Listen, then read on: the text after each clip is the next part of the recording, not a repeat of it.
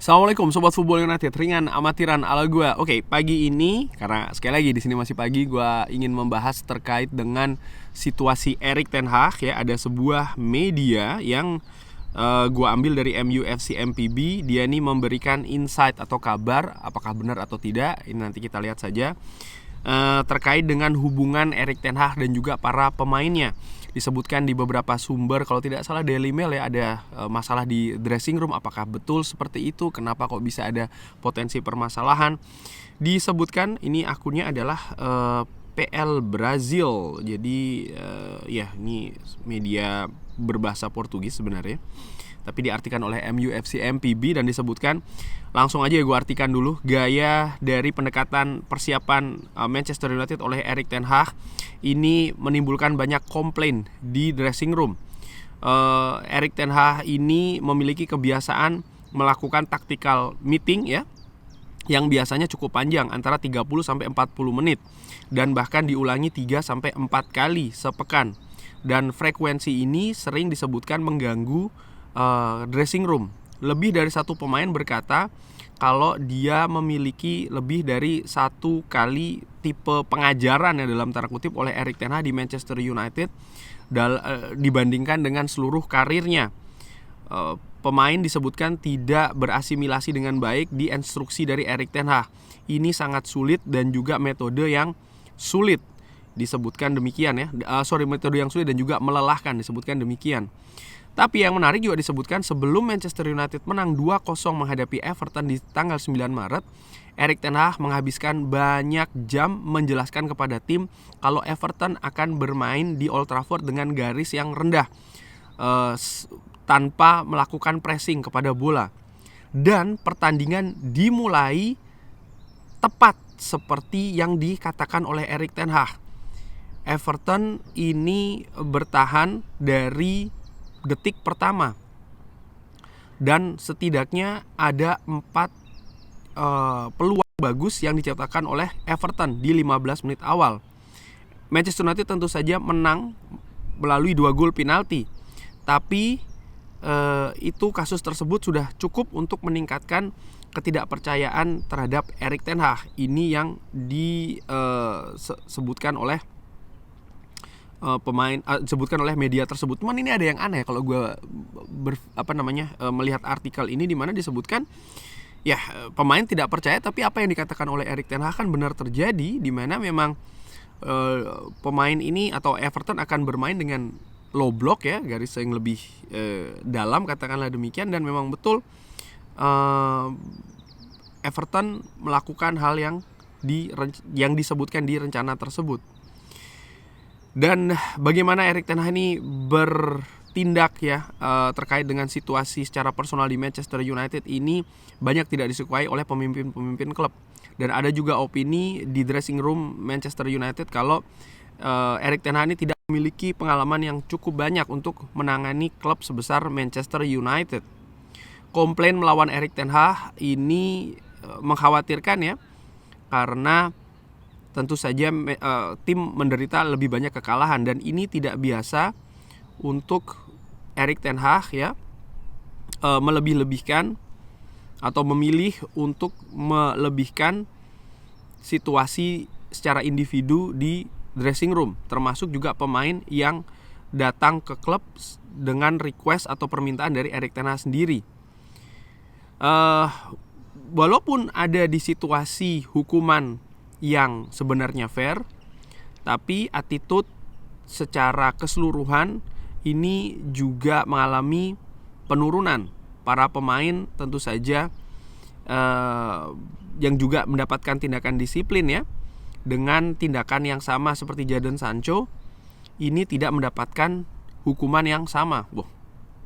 Oke, pemain yang dimana yang dimaksud? Apakah Alejandro Garnacho? Karena memang ada hal yang berbeda ya. Jadi ada tindakan permintaan maaf kan sebenarnya itu yang diinginkan. Jadi memang ada beberapa kayak Alejandro Garnacho dan juga pemain lain yang mungkin melakukan komentar berlebih di media, tapi kalau gue lihat apa yang dilakukan setelahnya berbeda dengan yang dilakukan oleh Jadon Sancho, di mana Jadon Sancho nampak ingin memperpanjang, kalau pemain lain nampak ingin menyudahi ya dengan menghapus, lalu mungkin juga melakukan permintaan maaf seperti yang dikatakan di konferensi pers. Banyak pemain Manchester United menyalahkan Erik ten Hag dengan banyaknya cedera musim ini. Di beberapa sumber mengatakan kalau dia melakukan kesalahan dengan terus melakukan training yang cukup padat sepanjang musim, walaupun ini diakumulasikan atau mengakumulasi banyak kelelahan ya, yang juga lebih besar. Ini yang disebut oleh artikel tersebut. Dan juga banyak pemain Manchester United atau beberapa pemain Manchester United memilih untuk berkonsultasi dengan spesialis pribadi dan membiarkan ya jadi penanganan ini lebih dipilih dengan cara mereka mengunjungi spesialis private daripada mereka melakukannya dengan staff medical dari Manchester United. Dan performa yang buruk dari medical staff ini juga disebutkan menjadi penyebab dari banyaknya cedera musim ini. Oke, itu tadi yang disebutkan oleh media tadi, dan gue nggak tahu ya apakah ini kabarnya betul atau tidak. Kalau betul, ini tidak seharusnya diungkap di publik. Gue ingat betul bagaimana situasi dengan Sir Alex Ferguson. Sir Alex ini betul-betul sangat membatasi ruang publik dari para pemainnya. Artinya pemain ini diharapkan tidak terlalu bocor. Mohon maaf nih kalau anginnya agak kencang ya, karena gue sebenarnya sudah pakai dead cat. Ini semoga dead catnya juga bisa berfungsi. Tapi ya ada pembatasan di sana yang dilakukan oleh Sir Alex Ferguson supaya pemain ini juga tidak membuat kacau di media ya kan, dengan komentar-komentar yang terlalu berlebihan. Nah, di sisi lain, memang ada komplain terkait dengan pelatih, dalam hal ini adalah Erik ten Hag. Namun, mungkin ada kesalahan yang dilakukan oleh Erik ten Hag, ketidakcocokan ya. Menurut gue itu bisa saja terjadi. Tapi, hal seperti itu kan juga bisa terjadi dengan pelatih lain. Poin gue di situ. Dan kalau gue melihat ya, ini kok hampir sama patternnya atau polanya seperti zamannya Ole Gunnar Solskjaer, seperti zamannya Jose Mourinho, bahkan dari David Moyes, di mana para pemain ada keluhan, dibocorkan ke publik ya, seakan-akan ingin mendorong pelatih ini keluar. Hal ini kayaknya kok, kalau seandainya kabar ini betul ya, kok kayaknya mau terjadi lagi gitu loh. Karena sekali lagi, tidak ada pelatih itu yang sempurna. Pasti ada ketidakcocokan dengan 1, 2, 3, 4 pemain ya kan. Termasuk dalam hal ini mungkin cedera sekalipun. Memang mungkin ada latihan yang terlalu keras ya kan. Tentu saja pelatih ingin membangun sebuah sistem, dan mungkin sistem tersebut membutuhkan kemampuan fisik yang lebih tinggi. Dan sayangnya bagi Manchester United, situasi ini dihadapkan paling tidak oleh dua hal. Nomor satu adalah pemain yang mungkin tidak terbiasa dengan metode seperti ini ya, ototnya atau situasi fisiknya.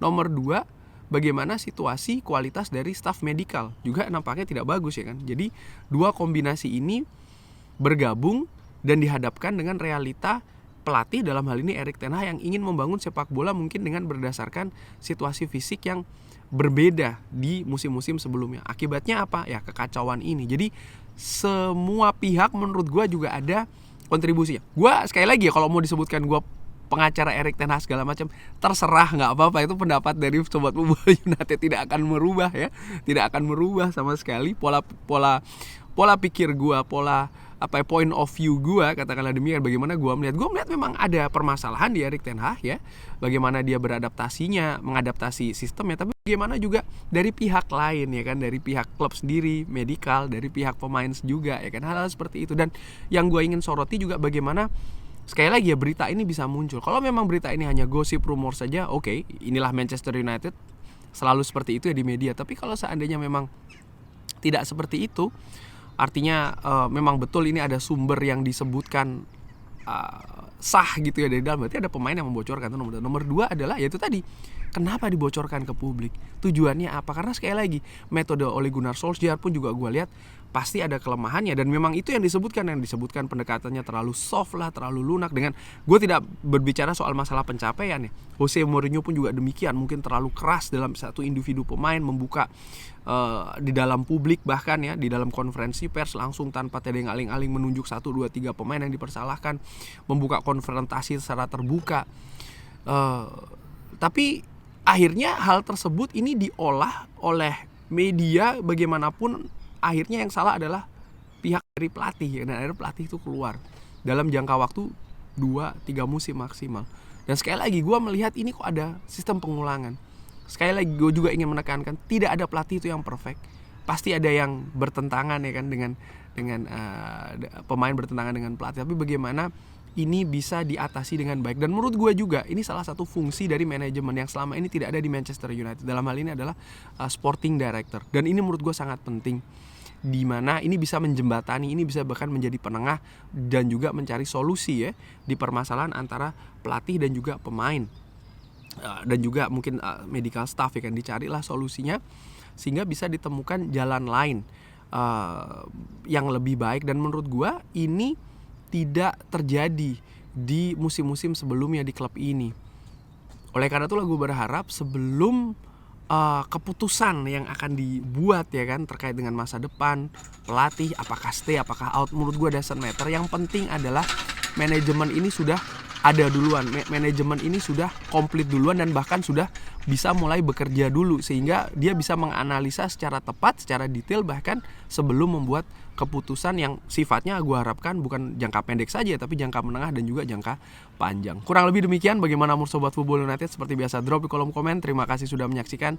Jangan lupa like, subscribe. Wassalamualaikum warahmatullahi wabarakatuh. Thank you.